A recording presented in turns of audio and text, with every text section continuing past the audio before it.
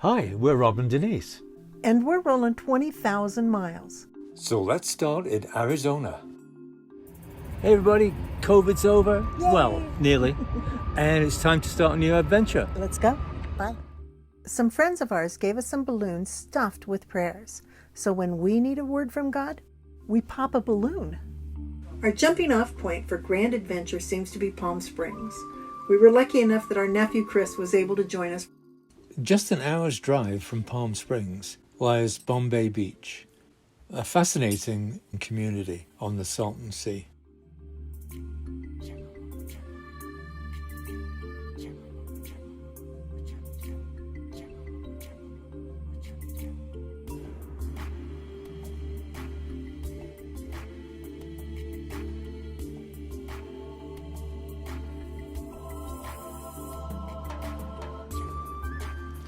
Leonard Knight spent 23 years building his tribute to God in the form of Salvation Mountain.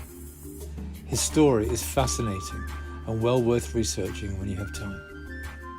Slab City and East Jesus will leave an impression on you.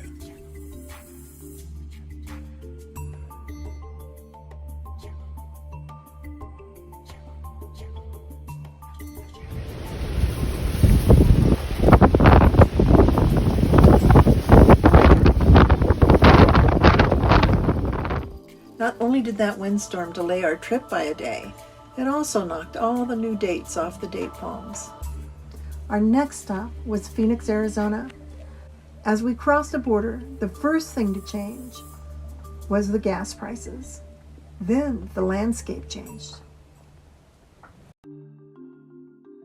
We went to visit my cousins, and it was a fabulous trip. Not only did they have a place for our Big Mo to park, they had a place for Little Sprocket as well.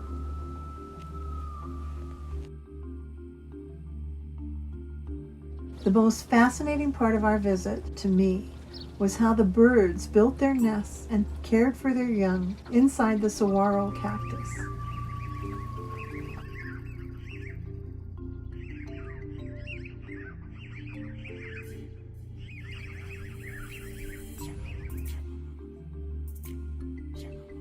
Journey. We're in Sedona, Arizona. Sedona.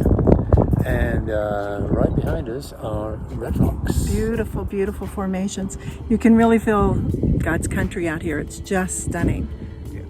Anyway, join us on our adventure as we travel across the country. This is a 10,000 mile trip. Yay! Bye. We stayed at a fabulous Thousand Trails campground in Cottonwood, Arizona. The campsites were a little close together, so we decided for a $10 upgrade, we could go up on the cliffs. Just look at that side. And then we discovered in Cottonwood, great barbecue.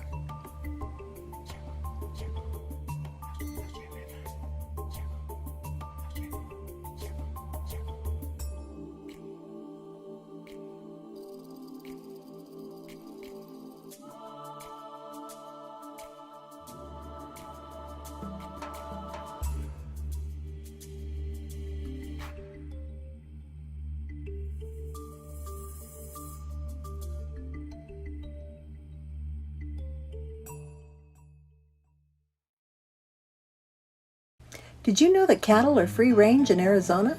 What this means is they can go anywhere they want, including the grass outside of Thousand Trails.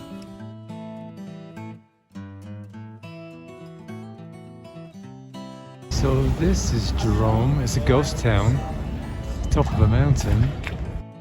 Let's go check it out.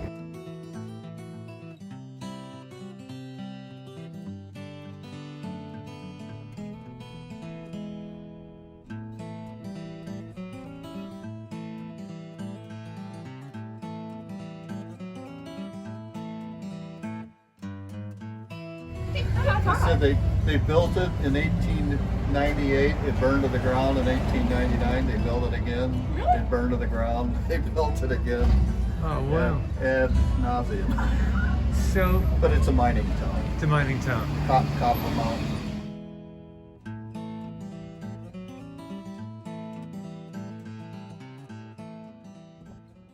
Sedona used to be a gathering place for mystics. It's a little more upscale now, and the Mystics have come to Cottonwood.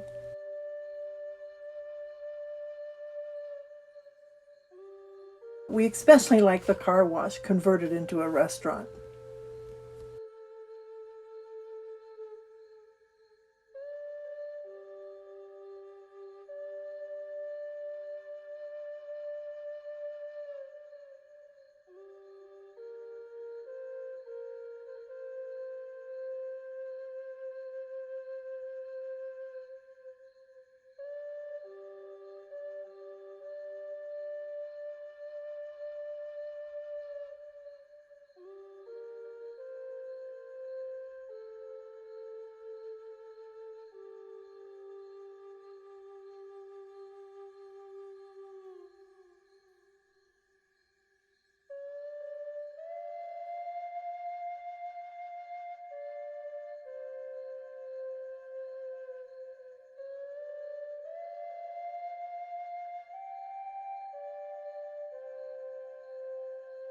We thought the only cliff dwellers were in Mesa Verde, Colorado, and yet you can find them all through the Southwest.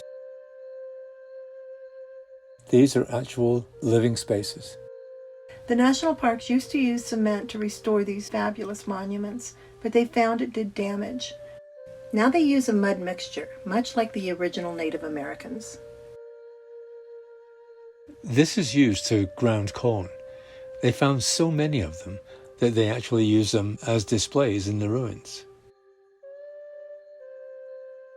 Montezuma's castle is actually more like Mesa Verde in that the ruins are built in the cliff, not on the cliff.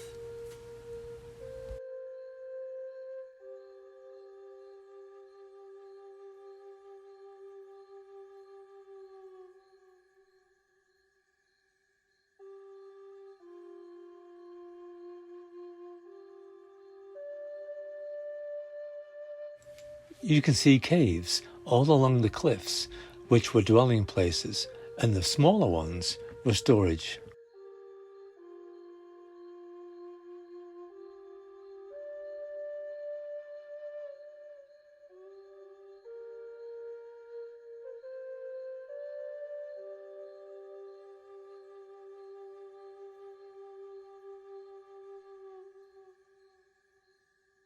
Tuba City is a little town on the Navajo Reservation in the middle of the Painted Desert.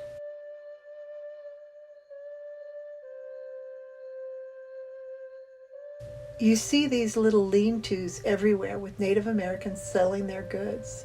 One of the women in these stores told me that the best way to find petrified wood was to walk through a wall and be able to pick it up off the ground. She was right.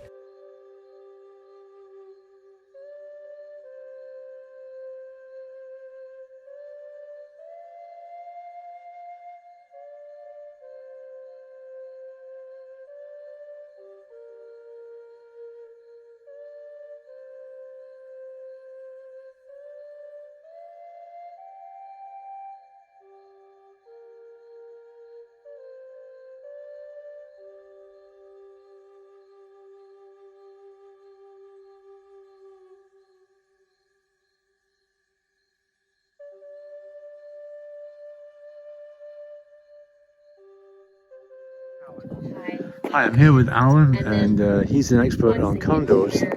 Alan, tell us what's going on here. So we're with the Peregrine Fund. This is the California Condor Reintroduction Project, and we have a nest here where with a chick that is about 2 weeks old.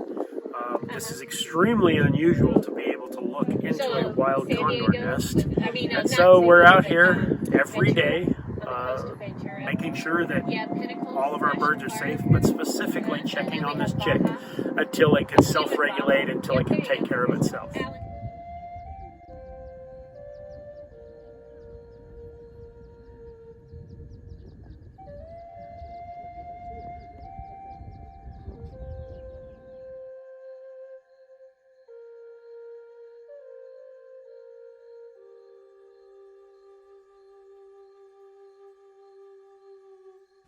The cliff face is ever-changing, as evidenced by the boulders on the side of the road.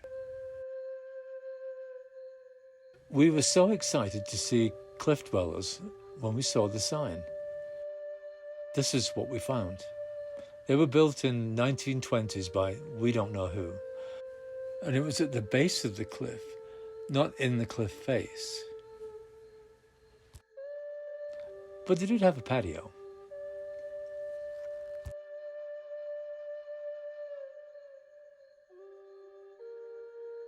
On a personal note for you women, these Indian traders were the last we saw for hundreds of miles. Okay, that's it for Arizona, folks. I hope you enjoyed the video. We're not in Arizona anymore, we're in Utah. But that's the story of another video. Thank you. Bye.